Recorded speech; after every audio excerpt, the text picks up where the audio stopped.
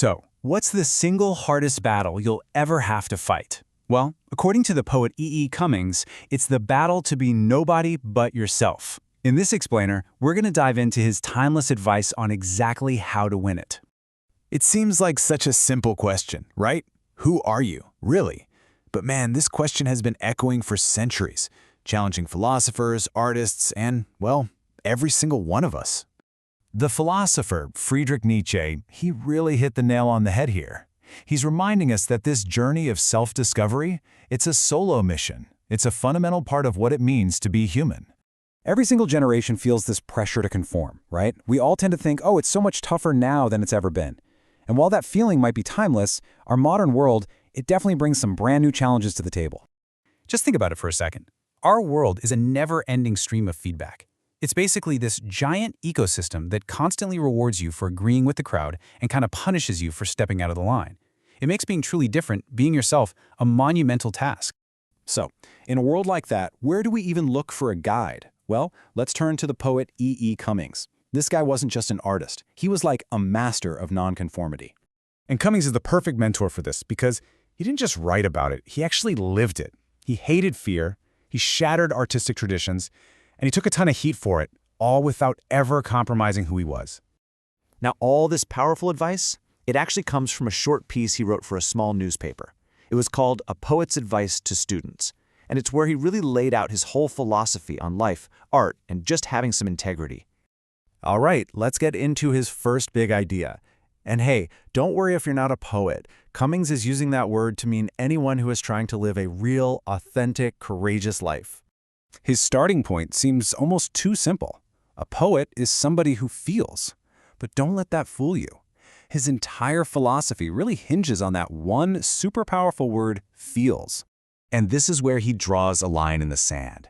See, thinking, believing, knowing, a lot of the time, those are group activities. We kind of learn how to do them by echoing what others do. But feeling? Well, that's a completely different story. So here's the key takeaway.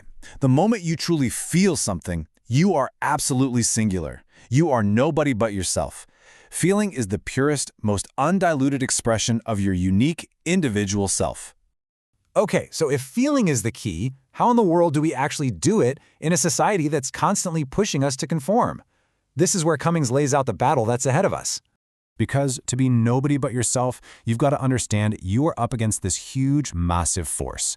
The world, as Cummings warns us, is doing its absolute best. And it's working relentlessly. It's not taking a single break. It's working on you night and day. To make you everybody else. And that's it. That's the enemy.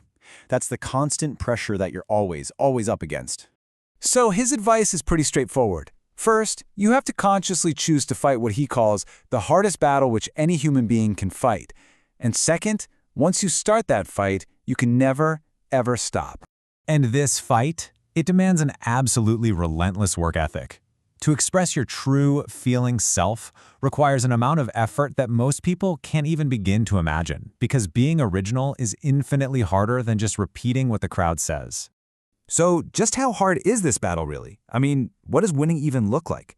Cummings sets a benchmark here that might honestly shock you. He says that if after 10 or 15 years of all this fighting and working and feeling, you manage to create just one line of genuine, authentic self-expression, one true line, you should consider yourself incredibly lucky. Yeah, that's the scale of the challenge we're talking about. I know what you're thinking. A lifetime of fighting, unimaginable work, and all for maybe one single line of truth? That sounds pretty daunting, right? Well, Cummings knew you'd think that. He saw that reaction coming. He asks us, straight up, does that sound dismal? Is this path just too bleak to even think about? And his answer, this is the ultimate reward of the whole journey. No, he says, it's the most wonderful life on earth. Because the prize isn't fame or money, the prize is the life itself. And that brings us right back to where we started. It all begins with that singular, individual act that no one can teach you and no one can ever take away from you. So the question that Cummings really leaves us with is this: in a world that just wants you to think and believe like everyone else, what are you willing to truly feel?